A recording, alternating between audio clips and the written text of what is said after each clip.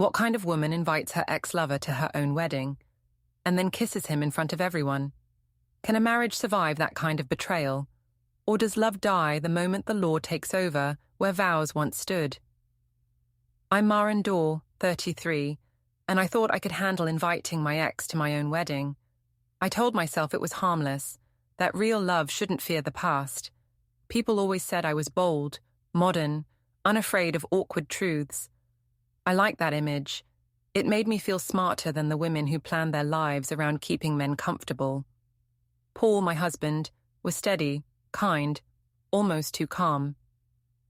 I used to tell my friends he was the kind of man who forgave before you even apologized. I thought that was strength. Now I think it was warning. Julian and I had dated years before Paul. It had ended badly, but not cleanly. Too many words left hanging, too many memories that felt half alive. When I sent him that invitation, I wasn't trying to hurt anyone. I just wanted to show that I could move on without pretending he'd never mattered. Paul didn't know. He trusted me completely, which somehow made me reckless. I told myself if Julian came, it would prove I was mature, that I could face old mistakes without fear. Paul asked once if there was anyone else he should expect at the wedding. Old boyfriends, distant friends, anyone who might make things awkward. I laughed and said he was being dramatic. "You're marrying me," I said. "What could go wrong?" He smiled then, the kind of smile that believes in good intentions. I leaned on that smile too often. When Julian replied to my message saying he'd be there, I felt a strange thrill, like a secret I wasn't supposed to have. I imagined him watching me walk down the aisle, realizing what he'd lost. That wasn't love, it was vanity, and I knew it. But I wanted that feeling anyway. I wanted to feel wanted, even in a room full of people who thought they already knew my story. The morning of the wedding, I told myself everything was under control. Paul was happy, my dress fit perfectly, the flowers smelled like promise. I didn't know that one careless kiss, one that I didn't even plan, would burn through all of it. I didn't know that Paul's silence afterward would hurt more than any rage ever could. Now, looking back, I think the truth is simple. I wanted to prove I was untouchable, that I could flirt with chaos and still end up adored. Instead, I learned that love doesn't end with shouting or tears. Sometimes it ends quietly, right in front of everyone, while you're still smiling for the cameras. Before we dive deeper into this story, I have one small request. Please subscribe, drop a like, comment, and hit that hype button to boost this channel so more people can discover these incredible stories. It started 3 months before the wedding, when Paul and I sat at the kitchen table, surrounded by guest lists and open laptops. He was focused on the numbers, checking seating arrangements and meal preferences. I was more interested in how it would all look, the colors, the photos, the impression. I told him weddings were more about the story people told afterward than the vows themselves. He smiled, saying that sounded like something I'd post on my social media. He wasn't wrong. When we got to the names, I hesitated. There were old friends, co-workers, my mother's extended family. Then I saw the space at the bottom labeled Special Guests. I tapped my pen against it and said we should include people who shaped us. Paul asked what that meant. I said life was a journey, and every person mattered. He looked confused but nodded, trusting that I knew what I was doing. That trust had always been the easiest thing to take for granted. Later, when he went upstairs to shower, I opened my messages. Julian's name sat near the bottom of the list. I hadn't talked to him in over a year, not since a short exchange about work. My fingers hovered over the keyboard. "Hope you're doing well," I typed. "Big news. I'm getting married soon." It looked innocent enough. Before I could second guess, I added, "You should come.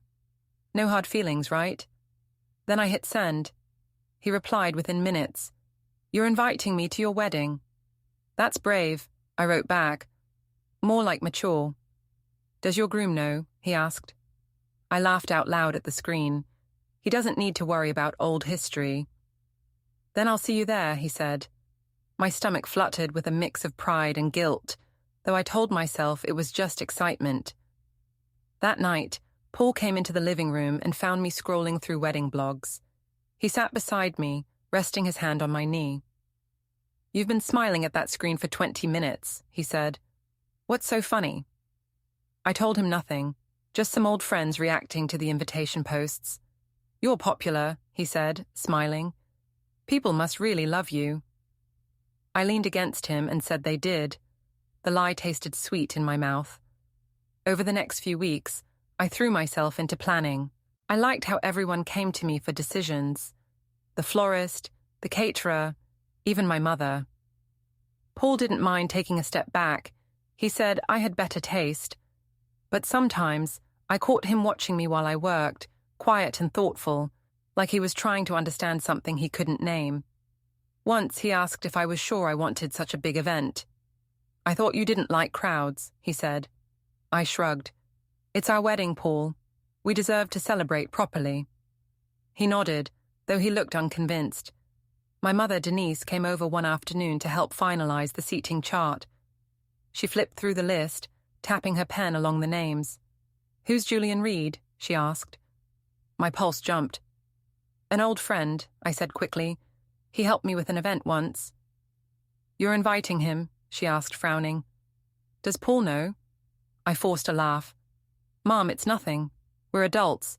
People can be civil." She sighed but didn't argue, muttering that some things were better left in the past. That evening, I told Tasha, my best friend and bridesmaid, what I'd done. She laughed so hard she spilled her drink. "You're insane," she said. "What if Paul finds out?" I told her he wouldn't. "I'm just showing there's no bitterness," I said. "It proves I've grown up." She gave me a look that said she didn't believe me. "Or it proves you want attention," she said. I smiled, pretending not to hear. 2 days later, Paul brought up the guest list again. "I think we should cap it at 100, he said. "It's getting too expensive." I agreed absent-mindedly, my eyes on my phone. Julian had messaged again. "Got the invitation." "You really want me there?" "Of course," I wrote. "Wouldn't feel right without closure." He replied with a smirk emoji. I put my phone down as Paul asked what color napkins I preferred. I said I didn't care. The tension started small.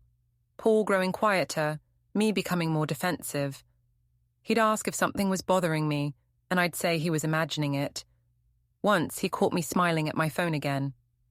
"Who's that?" he asked. "Just Tasha," I lied.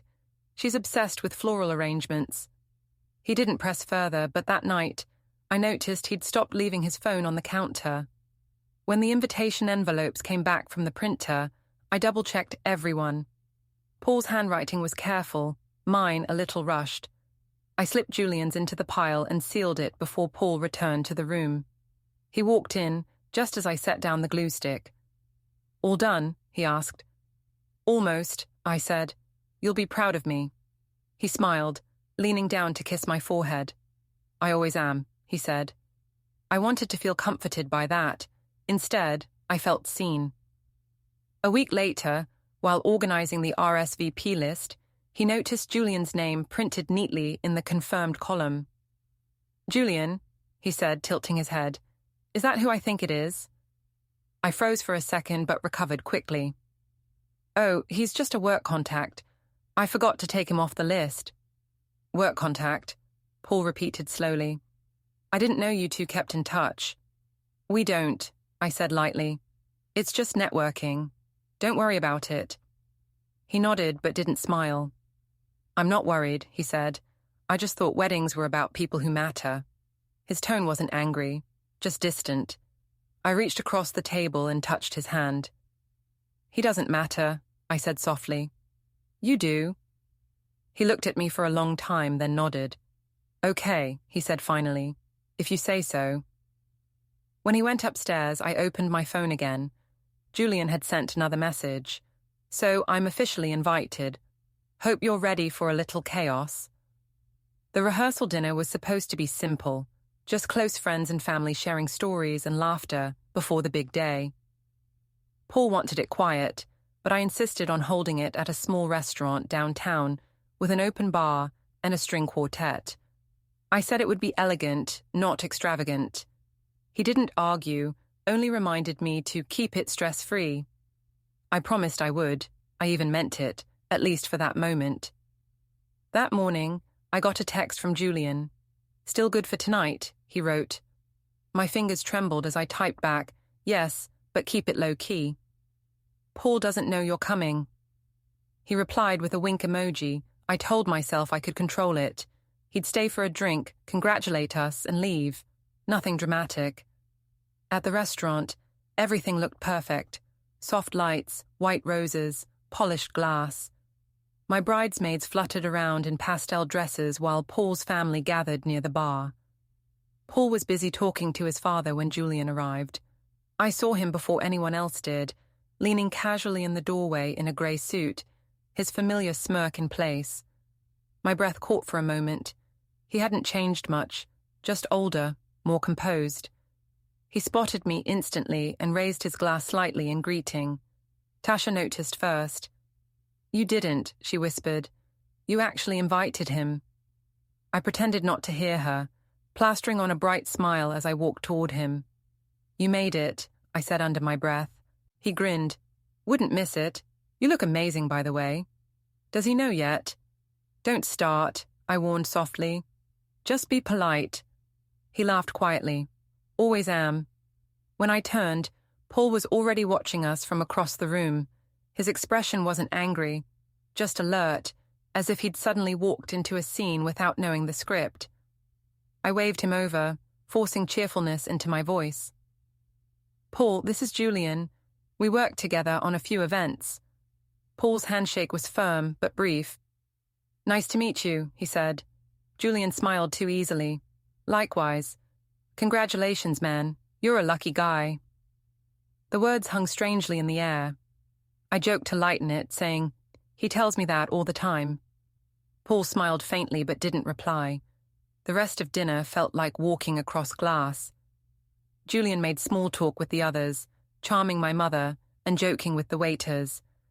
He was careful, but I could feel his gaze on me whenever Paul looked away. It was reckless and thrilling in the worst way. During dessert, Paul's sister Claire leaned toward me. "He seems familiar," she said quietly. "Where do you know him from again?" "Event work," I said too quickly. "Long time ago." She nodded slowly. I hated that sound. She didn't believe me. Paul gave a toast after the meal, thanking everyone for coming. His voice was calm, his words kind. I tried to listen, but my eyes kept flicking toward Julian, who watched me over the rim of his glass. When Paul said my name, calling me his best decision, I forced a smile. I thought I meant it. After the toast, the music started, and people mingled again. Tasha cornered me near the restroom. "You're playing with fire," she said quietly. "If he finds out who Julian really is..." I cut her off. "He won't. Nothing's happening." "You think men like Julian just show up quietly," she said. "He wants to be seen." I rolled my eyes. "You sound like my mother." "Maybe listen to her for once," she muttered. When I returned to the table, Paul was deep in conversation with his father. Julian appeared beside me, close enough that I could smell the faint cologne he used to wear. "You look nervous," he said softly. "I'm fine," I answered. "You shouldn't have come." "You invited me," he reminded me. "And honestly, I was curious. You always said you'd never be the marrying type." "People change," I said. "Apparently." Before I could walk away, a camera flash went off. One of the guests had snapped a candid photo, me caught mid-smile beside Julian. He winked at the lens. The photographer laughed, not knowing anything was wrong. Paul looked over just in time to see Julian's hand resting casually on the back of my chair. His expression didn't change, but I felt something shift in the air. After dinner, when everyone was saying goodbye, Paul walked me to the car in silence. The streetlight painted his face pale. "Who exactly is Julian?" he asked finally. "I told you," I said, keeping my voice even. "Someone I used to work with." "You seemed close," he said quietly. He's friendly with everyone, I replied quickly. Don't make it something it's not. He nodded slowly. Okay, I'm not accusing you. I just felt something off. I sighed dramatically, pretending to be hurt. You're being paranoid, Paul. It's our wedding week. Can you just enjoy it? You're right, he said, his tone flat. I'm tired. Good night, Maren. He opened the car door for me and walked around to the driver's side. The silence during the drive home felt heavier than any argument. At home, he went straight upstairs. I stayed behind, scrolling through my phone. The new photo was already online, posted by one of the bridesmaids, captioned, "Pre-wedding love and laughter." The image showed me leaning toward Julian, laughing, his hand on my chair. Paul was blurred in the background, looking the other way.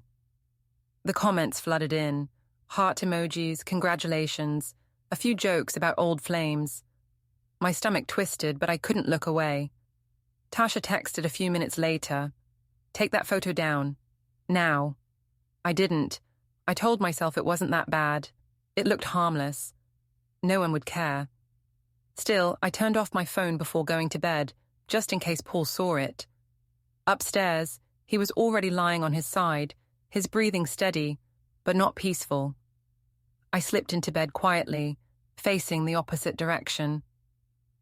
I thought about deleting Julian's messages, but some small part of me liked the risk. It made me feel alive in a way calm love never did. The morning of the wedding came too bright and too soon. My stomach felt tight, though I told myself it was just nerves. The house buzzed with voices, my mother arguing with the florist on speakerphone, Tasha trying to find her shoes, the photographer asking for light. Paul was calm as ever, moving through the noise with quiet focus. He looked almost peaceful, as if the day was exactly what he'd always imagined. I should have felt lucky. Instead, I felt bored. At the venue, everything looked perfect. The white chairs lined up in rows, the music soft and elegant. The guests filled the space with warm chatter. Paul's family greeted mine with polite smiles. When I walked down the aisle, his eyes met mine with a steady kind of devotion that almost made me flinch. He looked at me like I was something good. It was too much. I smiled back anyway, telling myself to play the part until it felt real. After the ceremony, during the photo sessions, I spotted Julian near the back row. He had come alone, standing casually with a glass of champagne, his grin a little too confident. For a second, I thought about asking someone to escort him out. But when our eyes met, he raised his glass in a quiet toast. I felt a strange jolt of pride. He was watching me, the girl he'd once called impossible, marry someone else and smile through it. It was power, or at least that's what I wanted to believe. At the reception, Paul took the microphone for his thank you speech. His voice was low and sincere, full of gratitude. "I married my best friend today," he said, looking right at me. The crowd clapped, and I smiled back, pretending to feel that warmth. Then came the toasts. My mother spoke, then Tasha. When it was Julian's turn, I hadn't expected him to make one. He raised his glass and said with a lazy grin, "To love that's brave enough to stay honest." There was a pause, a few polite laughs. I felt my cheeks burn. Paul looked at me for just a second, his eyes searching. I laughed too loudly, pretending it was harmless. The music started, and people began to dance. Paul took my hand for the first dance, spinning me gently across the floor. His touch was soft, patient, almost reverent. The photographer circled us, snapping photos of what was supposed to be happiness. I told myself to stop overthinking. Then, during a slow song, Julian appeared again. He waited until Paul was pulled away by his sister for a group picture.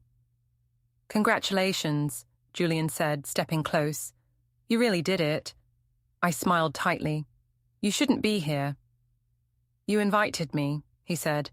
"You look beautiful, by the way. I always said white suited you." I looked around. People were watching us but not really seeing us. It felt dangerous and thrilling, like standing at the edge of something you can't undo. When the crowd called for another toast, someone shouted, "Kiss the bride again!" Paul laughed from across the room, thinking they meant him. But Julian was already near, the noise around us blurring. "One last memory," he said quietly, and before I could think or step back, he leaned in and kissed me. It wasn't long, but it was long enough for the camera flash to go off, bright, unforgiving. The room went silent. I pulled away instantly, heart pounding. The crowd shifted into whispers. Paul stood frozen on the far side of the room, his smile gone. For a moment he looked confused, like he didn't trust his own eyes. I stammered something about it being a joke, a mistake. Julian just shrugged, still smirking. Tasha grabbed my arm, whispering, "You need to fix this. Now." Paul walked forward, not quickly, not angrily, just with that same terrible calm. "What was that?" he asked quietly when he reached me. I said it was nothing, that Julian was drunk. "You kissed him," Paul said, his voice steady. "No," I said too fast. "He kissed me. It meant nothing." "You invited him here," he said. "You said he didn't matter." "He doesn't," I insisted. "Please don't ruin this day." He looked around at the guests, the silence still hanging like smoke. Then he nodded once, stepped back, and handed the microphone to the DJ. "Thank you all for coming," he said. "I think the party's over." His voice didn't rise, didn't tremble. It was worse that way. The guests began to murmur and drift toward the exits. My mother was whispering frantically to Denise, who looked at me like I'd just committed a crime. Tasha stayed beside me, frozen. Julian tried to speak, but Paul turned and walked away, heading for the door without a word. I wanted to run after him, to explain, but everyone was watching. My body wouldn't move. When the hall finally emptied, I sat on the edge of the dance floor in my gown, surrounded by confetti and silence. Tasha crouched next to me. "You need to call him," she said. "Now." I nodded numbly, but my hands wouldn't stop shaking. I looked at the phone on the table and saw notifications already flooding in. Photos, tags, videos. Someone had recorded the kiss. By the time I got home that night, the clip was everywhere. "Bride kisses ex at her own wedding" was the headline under a shaky video posted by a guest. Thousands of views within hours. I stared at the screen, unable to breathe. Paul hadn't come home yet. His suit jacket was gone, his shoes missing from the hallway. I called him again and again. No answer. When he finally texted back, the message was short. "I saw enough. Stay at your mother's tonight." I woke up on my mother's couch to the sound of her whispering into the phone. She didn't lower her voice enough. "Yes, she's here," she said. "No, he hasn't called again." I don't know what she was thinking. When she hung up, she looked at me like she was staring at a stranger. "You embarrassed yourself, Maren," she said. "And your husband. And me." I sat up, hair tangled, dress still wrinkled from the night before. "It was one kiss," I said weakly. "People overreact." "People?" she repeated. "You mean your husband? The man you just married?" She shook her head, pacing the kitchen. "He's too decent for this mess. I told you your games would catch up with you." I snapped that she was being dramatic, that it was the internet blowing things out of proportion. "The internet didn't kiss your ex," she said. "You did." The words landed like a slap. I wanted to tell her it wasn't that simple, that it had been a stupid moment I didn't even enjoy. But saying that would mean admitting it was real. So instead, I said, it was a misunderstanding. By noon, the story had spread beyond the guests. A cousin texted me a link to a gossip post. "Bride's wild wedding twist goes viral."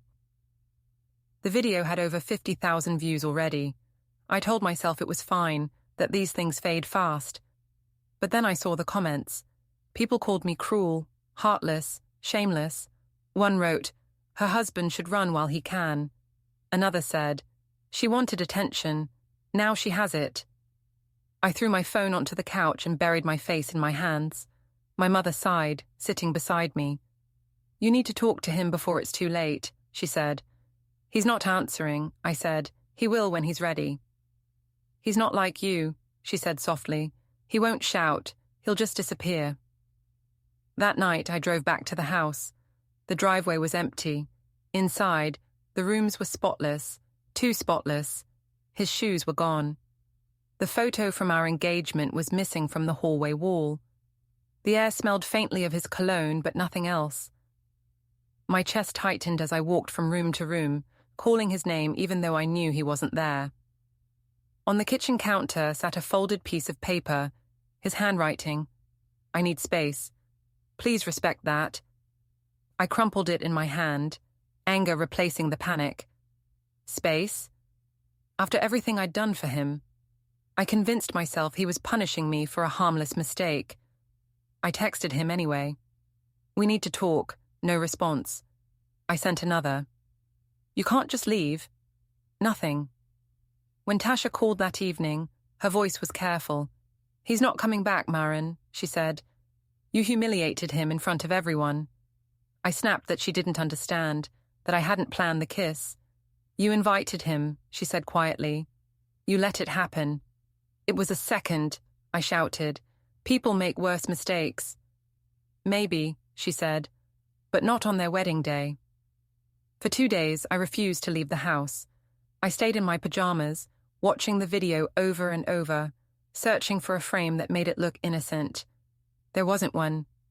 The angle caught everything. Julian's grin, my half-smile, Paul's stunned face in the background. Every time the clip looped, my stomach turned. On the third morning, I finally answered a call from Paul's sister, Claire. Her voice was calm but hard. You need to stop pretending this didn't happen, she said. He's hurting, Maren. He can't even show his face at work. I tried to sound composed. It was a mistake, Claire. He should have talked to me. He's done talking, she said. He's documenting. That word froze me. What does that mean? I asked. She didn't answer directly. He's with Dad now, she said instead.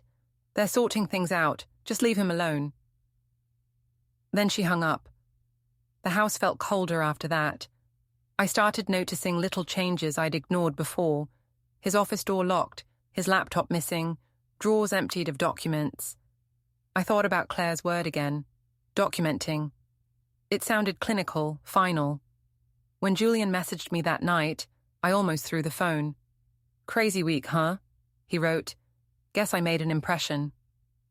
I stared at the screen for a long time before typing, Don't contact me again. He replied instantly, Oh, now you want to look innocent? I blocked him, hands shaking. I went to bed but couldn't sleep. Every sound in the house made me jump. The hum of the refrigerator, the creak of pipes. Around 2 a.m, I heard a car pull into the driveway. I ran to the window. Paul was there, standing beside his car, phone to his ear. My heart leapt. I rushed downstairs, ready to apologize, to fix everything. But when I opened the door, he was already walking back toward the car. Paul, I called out. He stopped, but didn't turn around.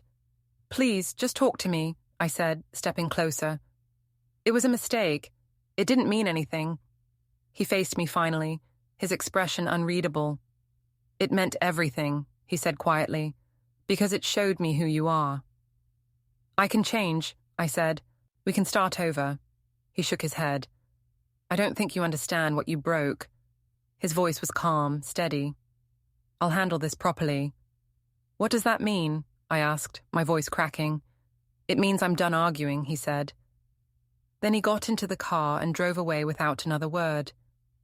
I stood in the driveway long after the taillights disappeared, the night air cold against my skin. I didn't sleep that night. The words "I'll handle this properly" looped in my head until sunrise. I tried to convince myself he just meant counseling, maybe a cooling-off period. Paul wasn't the type to do anything rash, but the calendar alert, downtown 10:15, kept flashing in my mind like a warning I couldn't turn off. By morning, I'd decided to act before he did. I dressed carefully, as if looking put together could fix what was broken. My mother called again, her tone clipped. He's not answering anyone, she said. His father told me he's been organizing papers. Papers? I asked. What kind of papers? He didn't say, she replied. But Maren, you might want to prepare yourself. I hung up before she could say more and drove to Paul's office. His assistant looked surprised to see me. He's busy, she said, blocking my way. He told me not to interrupt. I smiled tightly. I'm his wife, I said. He'll want to see me. After a moment, she nodded, clearly uncomfortable. Fine, but only for a minute. When I entered, Paul was sitting at his desk, calm as ever, a stack of neatly labeled folders in front of him. Household, accounts, shared assets. His laptop screen glowed with spreadsheets. He looked up slowly. You shouldn't be here, he said. I just came to talk, I said, forcing a light tone. We need to stop letting everyone else get involved. Everyone else didn't make a scene at their own wedding, he replied quietly. I swallowed hard. I already told you it was a mistake. He kissed me. And you invited him, he said. You gave him the chance. You think I planned that? I snapped. You think I wanted to humiliate myself? No, he said calmly. I think you wanted attention, and you got it. The words stung more than if he'd shouted. I tried a different angle. You're being cruel, I said softly. You know I love you. He didn't respond. I stepped closer. Paul, please, don't throw everything away because of one stupid moment. You didn't just throw it away, he said. You filmed it, shared it, and called it maturity. I started crying then, part genuine, part performance. I was drunk. I was nervous. You were proud, he interrupted, voice low but sharp. You wanted to show how untouchable you were. I saw it in your face before he even kissed you. I reached for his hand, but he moved it away, folding his arms instead. What are all these folders? I asked, eyeing the desk. Household stuff, he said simply. Things that should have been handled long ago.